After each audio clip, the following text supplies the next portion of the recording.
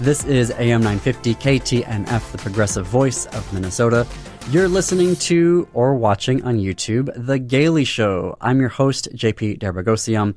We celebrate LGBTQ culture in Minnesota and beyond, or to put it another way, do you want to read, watch, or go to something queer this week? Well, that's why we're here. Today, Greg Wrenn joins me to talk about his new book, Mothership, a memoir of wonder and crisis. It drops in just 1 week. Plus, we've got some comedy for you. Jeff Hiller is going to be at the Parkway Theater in Minneapolis on March 29th. And joining me now is Greg Wrenn, author of the new book, Memoir, Mothership, a memoir of wonder and crisis. It drops next week. You can pre-order it now, which we all hope that you will. And I'm pretty sure that you're going to after this conversation with Greg. So, Greg, hello. Welcome to The Gailey Show. Oh, JP, it's an honor to be here on The Gailey Show. I just like saying The Gailey Show. So do we. Just like the name a lot. It was a late night, like Saturday night. We were thinking about like what are we going to name the show, and we were thinking about it for weeks and weeks and weeks. And like 11 o'clock on a Saturday night, I went, "Oh, The Gailey Show," and here we are. But that is as much as I want to talk about The Gailey Show and myself. What I really want to talk about with you is your new book. So, Mothership, that works on multiple levels in the book, and so you're weaving together personal life and what's happening to the planet around climate change. So can you take us through what your book is about and that kind of play on Mothership and how it's working on those two levels? Sure. So the book is about how I turned to endangered coral reefs and ayahuasca, which, if you don't know, is a psychedelic rainforest tea from the Amazon. It's about how I turned to those two things to heal from complex PTSD. I guess a less technical way to say it is it helped save my life. And it awakened my ecological conscience. It taught me to care about our planet, about the mothership that we're all on right now, that we're riding through space on as we speak. 93 million miles away from the sun, 4.2 light years from the nearest other star system. Here we are just floating in space on this miraculous planet that's full of life, that has liquid oceans. So Mothership is, it's a metaphor for the Earth itself, but it's also, in that word mothership is the word mother. And so the book is about how I healed from pretty difficult circumstances growing up. I suffered abuse until I was about 17 at the hands of my mom. And so, for me, Mother Earth and my biological mother kind of, they play off each other in the book, and they intertwine, and they're also contrasted with one another. So there's a lot of, there's a lot of, I guess, wordplay in that, in that title. Yeah, and if I can start with the ecological side of that, because they are really intertwined, I feel, in a really beautiful and compelling way, and I think made me think about climate change, what's happening to the planet, in a much more personal way. And maybe that's because, as two, queer men, and it was operating right on that level. But you start the book about teaching a class, and you're also talking about, and there's all these beautiful, I was literally stopping every page, every other paragraph, looking up, oh, what's this bird, this bird? What does this fish look like? What does this coral look like? But you do a lot of infusing not just ecological principles, it sounds like, but also your own experiences of diving and snorkeling and deep sea diving around the corals itself. So can you tell us a little bit about that and what you've been seeing? Because we need to be talking about what you have been seeing in the corals, because I did not realize the depth of that, particularly being able to talk to somebody who is seen it firsthand, and this isn't a CNN headline. So tell us more about that. Yeah, so coral reefs, unfortunately, may be the first ecosystem that human beings cause to go extinct, and that could happen within the next 10 to 30 years. And so I grew up in Florida, and by the time I started snorkeling the reefs of Florida with my mother, they were already in a lot of trouble. And today, coral coverage in in the state of Florida is down to 1%. And so it's astonishing how this ecosystem, at least in the state of Florida, really in the whole Western Hemisphere, has disappeared. It's sort of going extinct. And so I think that I grew up loving I grew up loving the ocean because of coral, but I also grew up being concerned about the environment because of coral. Because when I got to it, I knew it was diseased. I knew it had problems. And so conveniently, I ended up going to a place in Indonesia where some of the last intact coral reefs on Earth still exist. It's a place called Raja Ampat. Conveniently, it is 10,000 miles from my hometown in the Deep South where I grew up. And if you are a trauma survivor, you may take some comfort in having that many miles between you and your family of origin. And so I went there many times to just be silent, to get away from Grindr, to get away from Wi-Fi, to get away from all my triggers. And there I learned to really care. I learned to care about creatures other than myself. I learned to take in beauty, right? To focus on beauty and to take in beauty. But it's also beauty that's so fragile, right? And even the coral in Raja Ampat is under grave threat from a variety of factors. So it's like it taught me that ache in our bodies, that ache of compassion, that ache of the world's pain, I guess you could say, that's not pathological. That's not complex PTSD. That's being human. That's being human living in a body with other humans and other creatures that have bodies.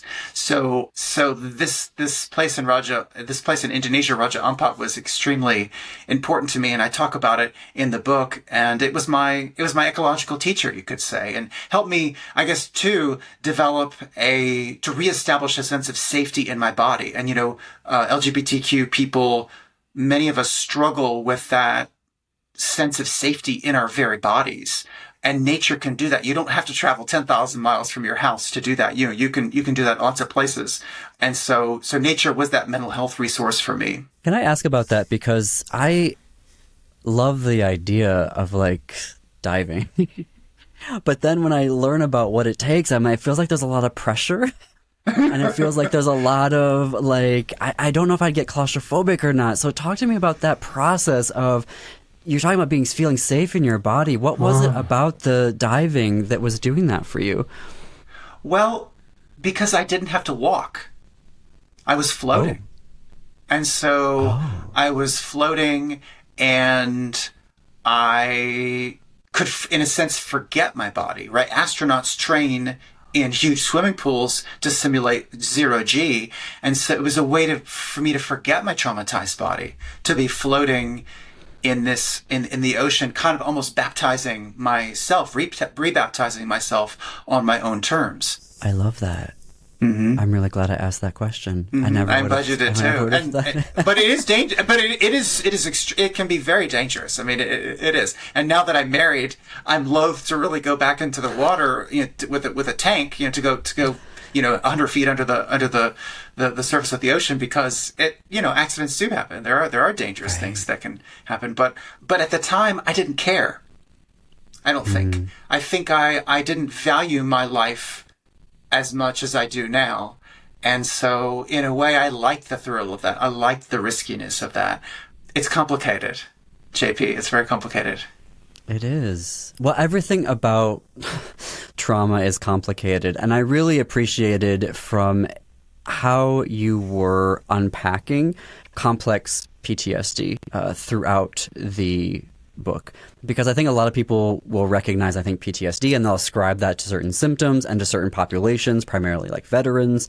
And, I think people do a lot of talk about trauma, but not really kind of diving into what it means. And so how would you explain to folks the experience of complex PTSD and how it can manifest for folks? And I know that please don't speak for like the entire, or don't feel like you have to speak for everybody, right? That's dealing with it. But for someone who may be like, well, wait a minute, what is CPTSD? Can you share a little bit more about that? Absolutely. So this is very important. And this was a diagnosis that came to me fairly late in my, shall we say, healing journey. I mean, I've been in therapy for a long time, but this was a diagnosis that came later for me. And so complex PTSD, so you could say classic PTSD. You mentioned veterans. So you might experience an explosion on the battlefield, or even a civilian might experience a terrible car crash. And that's a single incident, which isn't to at all, minimize the hurt and the trauma that comes from that single event. But complex PTSD is multiple events. It's multiple interpersonal events. Interpersonal, meaning it's your caregiver who is repeatedly abusing you, and you can't escape.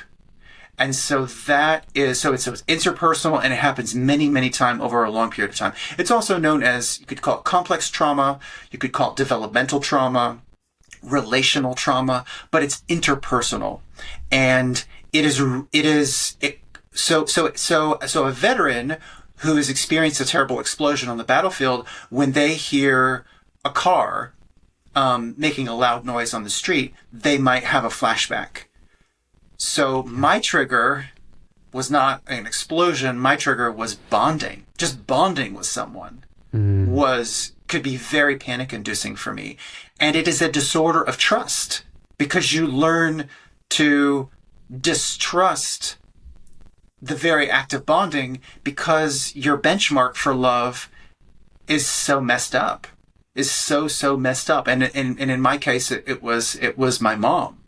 And I guess you could say one way to tie, just, maybe even anticipating a question you might have, but it seems important for me to note, it's kind of like, if you can't trust your caregiver to take care of you, then how can you trust humanity to take care of the planet?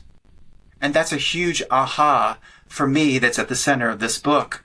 And so that's how I kind of connect the personal and the ecological, the autobiographical and the environmental in the book. And so learning to trust again, learning to love again, learning to care for the earth, learning that it's not all going to hell in a handbasket, that we can make interventions, even if we can't change our childhood.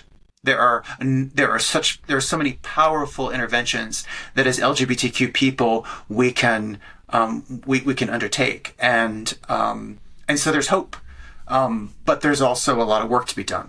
Tell me more then about that connection that you're making between parental bonding and then the sort of planetary bonding, like unpack, because you weave those together so beautifully. And by the end of the book, I thought, is it even possible to pull those two things apart? Like, that is kind of, for me, as I've been reading the book, kind of the construct now that's kind of in my brain about how to be responding to climate change, and also that feeling of, and it can feel that way when you're reading all the headlines and you're just inundated with them, and of how where things are going, right, with climate change, but also this feeling of no one's going to do anything about it, and we're always being told, oh, we can't do that because of this party, or we can't do that because of this business, or we can't do that, we can't do that, we can't do that.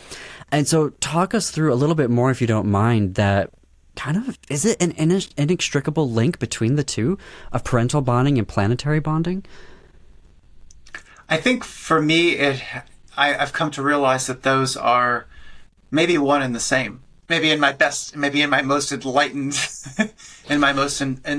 open-hearted moments, they're the same. And so what I mean by that is, well, what is compassion?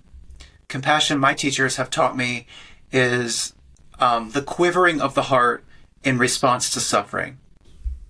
But it's not. It's a quivering in the heart that is a response to suffering. It's a quivering in the heart in response to suffering, and you do something. That's really important. That last part, and you do something.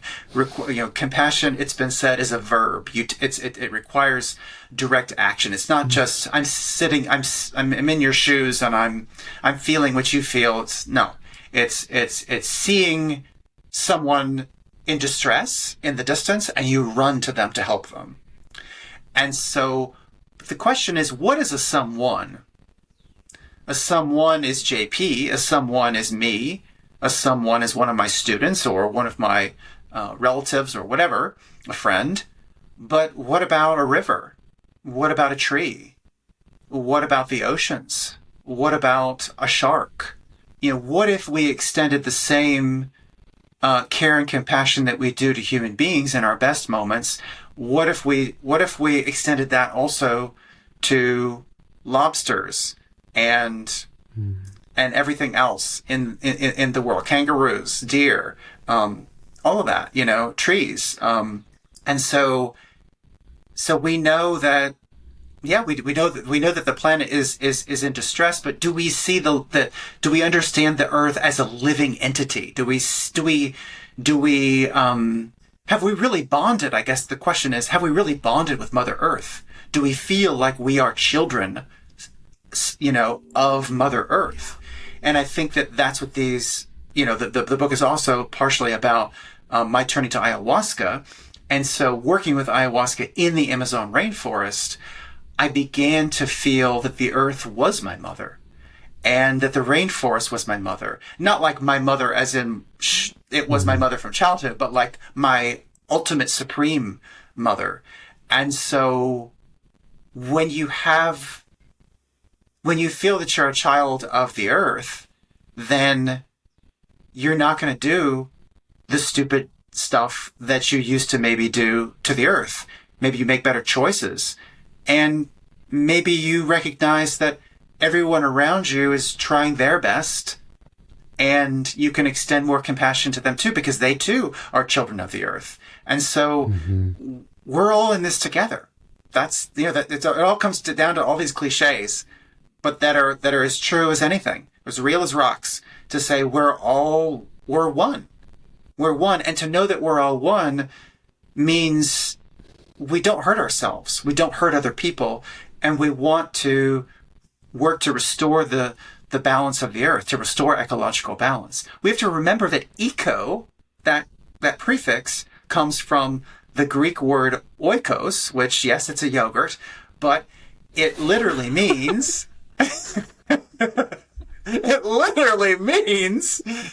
home, house, oikos, home, house. And so to be ecologically minded means you care about your planet. And you don't just care about the coral reefs and the forest, but you care about those who don't have a voice. You care about those who are struggling, who under the oppressive, machinery of the world. You care about everything, and you help where you can help. And so that, I think, is, yes, nature has helped me heal from complex PTSD because I have a new mother now, right? My internalized model for a mom in the past was really messed up, as you might imagine, especially if you read my book. But now, because of the incredible medicine that ayahuasca is and how it works directly on the brain, and it works directly on the attachment centers of the brain, now I have a totally different mother who's internalized inside of me, and she loves me, and she's not going to hurt me, and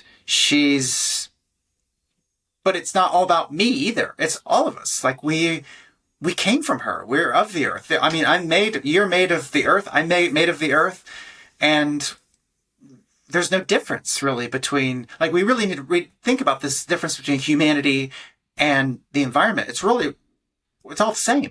Culture and the environment, we're all, it's all the same. We're creatures. We're primates, largely hairless primates. And so here we are, just boogieing. I want to get to the ayahuasca, but something that before that, because you're talking about we're one. When you were you were, I believe, in the Amazon, and you were on a canoe. I think it was after your first trip to yes. And I had heard about and I'm blanking on the name of it, the Japanese perspective on going out and walking in the woods. Forest and bathing. How that can, forest bathing, thank you. But you were telling us about breathing forest air, and what's in the air is beneficial to us. And I had never heard that before, about how literally there's the science of what you're breathing in, what you're exposed to when you're in a forest can be so healing. So it's not just about walking in that space and being next to and being a part of it, but literally the air that you're breathing is healing for you. And that was wild to me. Wild to learn that. It is. It's so exciting, and it really raises the stakes on air quality, right? And where are you? What are you surrounding yourself with? What substances, what pollutants, metaphorical or literal, are you surrounding yourself with? And so, yes, I mean, you're breathing in the Amazon, you're breathing in all of the spores, all of the bacteria, a giant otter coughs somewhere in the Amazon, and its bacteria are floating on the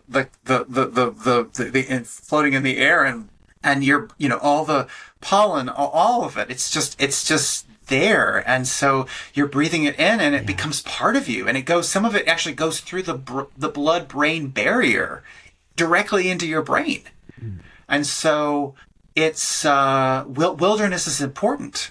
And we need to protect it, not only because it houses so many medicines that are important, but because so many people live there. So many indigenous communities live there, and have been subjected to terrible, abominable conditions for centuries. And so we can't be extracting these medicines from the rainforest without thinking about their livelihoods, their well-being, and also. Yes, there's so much promise that comes from psychedelic science, but the indigenous people of the Amazon have known these things for millennia. So we have to think about reciprocity, and that's another thing that Mother Earth teaches us is reciprocity. You don't take more than you give. That's a high bar for humanity, because we do like to take more than we give. We have that extraction mindset, and that extraction mindset can be on Grindr. That extraction mindset can be in an oil company. That extraction mindset can be in an abusive family structure. There are lots of ways to have an extraction mindset, but in the long term, that doesn't work. You destroy your oikos, you destroy your home. And that's pure insanity. Throughout the book, you talk a lot about wanting a factory reset for your brain as you're thinking through how you're going to heal from this trauma diagnosis that you ultimately get, right? And then you turn to ayahuasca that kind of does provide the factory reset in terms of and I'm not going to describe it as well as you can, but my understanding of create new neurons and new connections, right, in the neuroplasticity, and encouraging that. So walk us through, if you don't mind. We have a few minutes here to talk about turning to ayahuasca, finding that, and then the impacts that it had for you. I'm so glad you brought that up, because this is something that, LGBTQ people in this country, on this planet, are especially, we're especially vulnerable, and we're especially vulnerable to mental illness, and we have experienced the trauma of just being in the world that we were born into, a lot of us. And so that desire for a factory reset, that desire for a do-over, a clean slate, where all the homophobic conditioning of the past is wiped away, that is a kind of hope, right? A kind of, at least for a lot of us, I think, for me, a kind of yearning. And now psychedelics can't give you a completely clean slate. But what they can do, which is so exciting, is they can make your brain so much more malleable, so much more coachable. The attachment style that you grew up with, or the attachment style that you acquired by spending maybe a lot of your waking hours online, on certain apps, you can psychedelics allow you to if you have the right inputs, if you're surrounded by supportive, loving people, you can begin to find new ways to relate to people. That doesn't involve screens. That doesn't involve, sending someone a picture at 3 a.m. That you don't know. Right? There's so many, I think we need to learn, especially as queer folks, that we need to learn to be in person again. And so these medicines enabled me to learn how to have a conversation again, how to be a good friend again, and how to stand tall and, with self-love and with humility. Like that is something that these medicines have enabled me to do, but it takes work.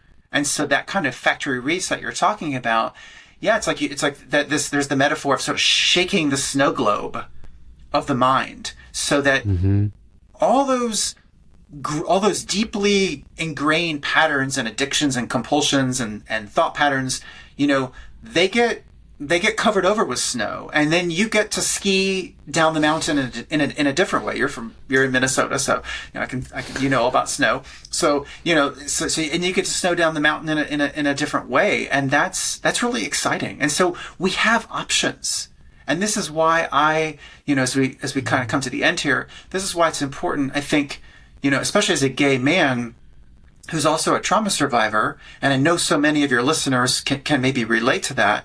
These medicines offer so much hope, and this is why part of my mission is to really support and call for the legalization of psychedelic assisted psychotherapy in this country, because people need access to these medicines. We all know someone or multiple people who've taken their lives, and they didn't have to take their lives because there are these medicines available, and talk therapy didn't work for me. Zoloft, Celexa, Prozac, that didn't work for me, but these medicines did. And so I think they should at least be available to folks to try and I think some lives would be saved. I really do. I think some lives would be saved. I know they would be. All I knew about ayahuasca was a Chelsea Handler special. So it was really, I really appreciated how you were able to detail your experiences. And I'm also really impressed of the level of detail you were able to remember while on ayahuasca and all these different, I was like, Lots of notes. Remembering all of this. Lots of notes. You know what worked? I tell you, I used my phone. I used my voice memo.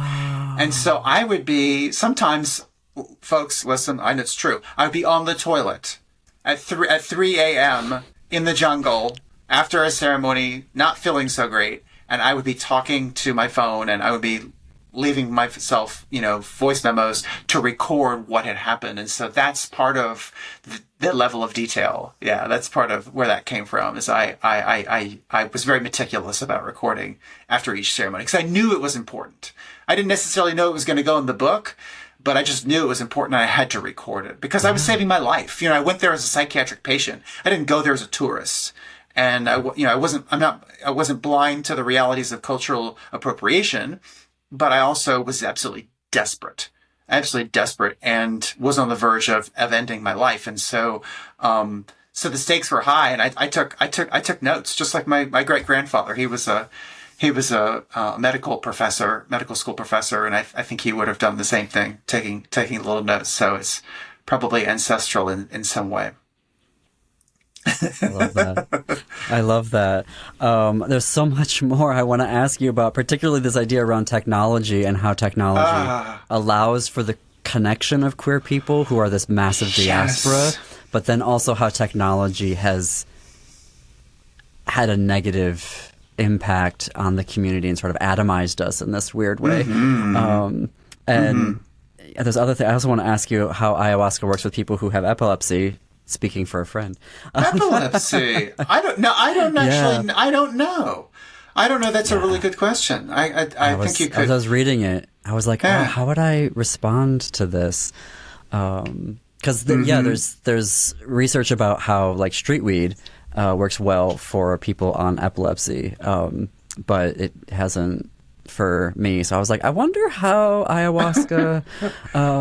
No, because having lived with and what I appreciate about how you're talking about CPTSD, like my own diagnosis was unspecified trauma disorder, which is very confusing for folks because you want to be able to point to the tornado, you want to point to the the bombing and the what you experienced, and to be talking about all of these. And it was very confusing for me to kind of unpack it with the diagnosis of like, wait a minute, it's literally all these little things that just build up over time that result in these reactions that you're having that you don't understand why you're having these reactions, and even understand them as, oh no, this isn't just your quote unquote run of the mill depressive disorder or your quote-unquote run-of-the-mill anxiety episode. Like, this is deeper than that. And so I really appreciate the vulnerability, just as a person living through that myself, and I know the diagnoses and the situations are not the same, but the vulnerability that you give us in the book, the intertwining in a way of queerness and parental bonding and climate change and how we're responding to that, the way that you intertwine that is just so it's like a symphony. And now that you've seen it, now that you've heard it, now that you read it, for those who are listening right now, it's kind of hard to not think of it that way. And so I think that you've done something really important here, not just for the queer community and for survivors, but also for folks who are wanting to respond in a more meaningful way to climate change. I just think you've done such a service here. So thank you, because it's also a very personal book. And I imagine that you could have gotten into it and said, "Nah, I'm good," and like walked away from it. So thank you for completing that journey and giving it to us, because it's really important. Thank you so much. Yeah, I await the email that said your book inspired my own healing journey, my own roadmap for healing, and your book saved my life. Like, that would be the absolute highest compliment, because I wished I'd had this book in 5 years ago. I wish I'd had this book. And Toni Morrison, to paraphrase Toni Morrison, she tells us, write the book that you want to read, write the book that you need to read. And I think that is what I did. And so I'm just very grateful for your enthusiasm and your support, and I'm feeling the comradeship here. So thank you. Yeah, it's just talking about audience. So I'm not going to call myself a writer. I'll say I'm an essayist right at this point. But when I've been in classes and people, instructors have been like, well, who's your audience? Or other, you're in the peer group, and they're like, who's your audience? And for a while I didn't actually share it, but after a while I'm just like, I'm blunt. I'm like, it's me. I don't care about the rest of you. I'm writing for myself. I'm writing for my 12-year-old self. I'm writing for my 23-year-old self. Like, I don't mean to be dismissive and be like, I don't care what you all, like, I want to hear what you think about the piece. But my audience is me. And I know that sounds weird to say, but the more and more I talk to queer writers and how they're talking about, I wish I would have had this book. I'm like, that's a lot of the audiences that we're talking to, because we're also saying we're sharing a lot of these experiences, right, as well. And so it's when you say that you wish you had that book and you were writing it, I think it's something I'm seeing more and more with queer writers who come on the show and who I talk to in other venues. And I think it's just really important to own that, and also that there's now maybe a market where we can actually get stuff published on a more systemic level. I think unlike, so. 20, 25, 40 years ago, where it was like 3 books a year that we were allowed to have, and then, that was it. So, but yes, I'm going to keep gushing, and we're doing kind of an Armenian goodbye right now, which is, it's going to take hours. Oh, are you from Armenia? So I'm Armenian American. So yeah, my family is, that's talk about intergenerational trauma. I mean, because of a genocide, we're not, there, and I didn't grow up there. But yes, and this is exactly, oh my gosh, Greg, this is exactly what an Armenian goodbye is. It takes forever. So thank you for...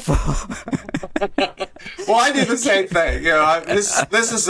This is the Jacksonville, Florida, capital of South Georgia goodbye too. So it's hard for me to be like bye. It's hard. It's difficult. But no, you're so you're just sparkly. You're just absolutely lovely, and I'm so glad to have met you. And I hope that the book can can reach people. And my last question, actually, for you, if you don't mind, is how do folks connect with you?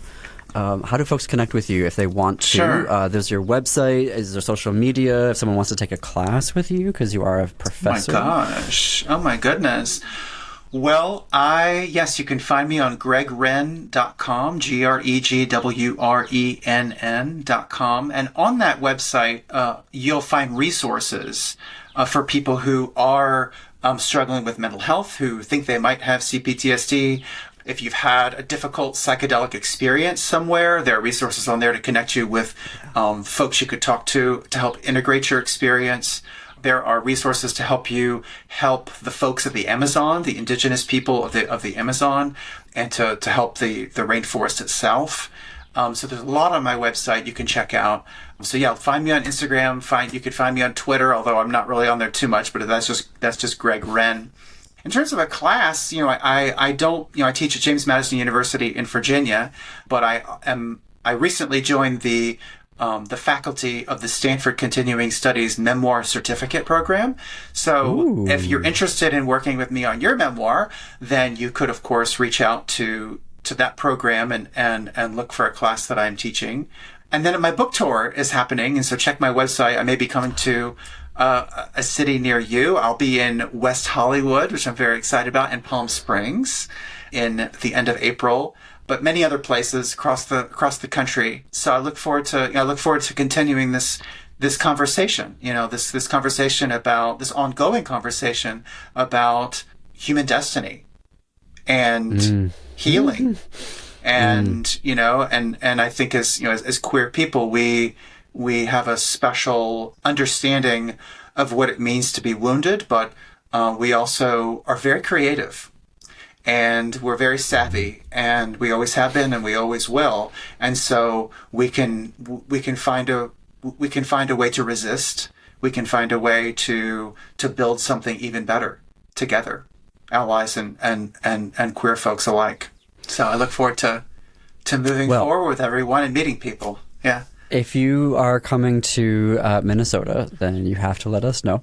I want to talk to you more, so I may be reaching out myself to have you back on the show to talk more about your book and writing in general. So thank you very much, Greg, for being here with us today.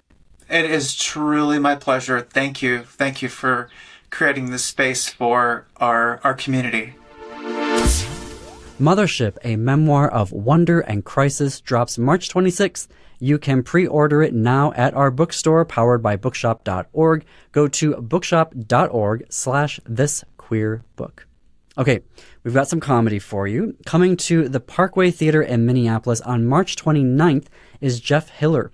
Jeff stars in one of the best comedies of the past few years, Somebody Somewhere, on HBO. Jeff will be performing Middle-Aged Ingenue, which is about his life and love, and another thing I don't think I can say on the radio. The show came from Jeff's time doing press for Somebody Somewhere. He found that the idea of a gay character going to church in the show was a non-starter for a lot of people. So he decided to write a show that was very, very funny, dealing with growing up religious while also being super, super gay. Fun fact, Jeff used to perform improv for free in the basement of a grocery store and did it for 25 years. Obviously, as it's a live performance, there aren't any clips that I could watch or a trailer, but Rebecca Kaplan reviewed it for Broadway World, and she was a fan. The Parkway Theater did post a low-ticket alert notice on their Instagram account, so it's best to head over to their website as soon as possible. It's theparkwaytheater.com. Okay, Tig Notaro. I have been waiting for a new special from Tig, or really anything, for a long time now because I'm such a huge fan of Tig's work. I really enjoyed her television series One Mississippi on Amazon Prime and was really bummed that we only got 2 seasons of it, which is like so much of queer TV, right? We only get 1 to 3 seasons of something and then it's over. Anyhow, speaking of Amazon Prime, Tig's new comedy special is called Hello Again. I've only seen preview clips from Amazon, but it looks like Tig shares hallucinatory text messages epic fails with Hollywood elites. And if I'm remembering correctly, there is a running joke about firemen in other comedy specials by Tig, and that continues again here in Hello Again. Tig Notaro, Hello Again, March 26th, Amazon Prime. Well, that's our show for today. Thanks everyone for listening and or watching. Our podcasts are executive produced by Jim Pounds, creative and accounting support provided by Gordy Erickson, production, distribution, and marketing support provided by Brett Johnson, Chad Larson, Laura Headland, and Jennifer Ogren from AM 950. And until our next episode next Saturday, see you queers and allies in the bookstores.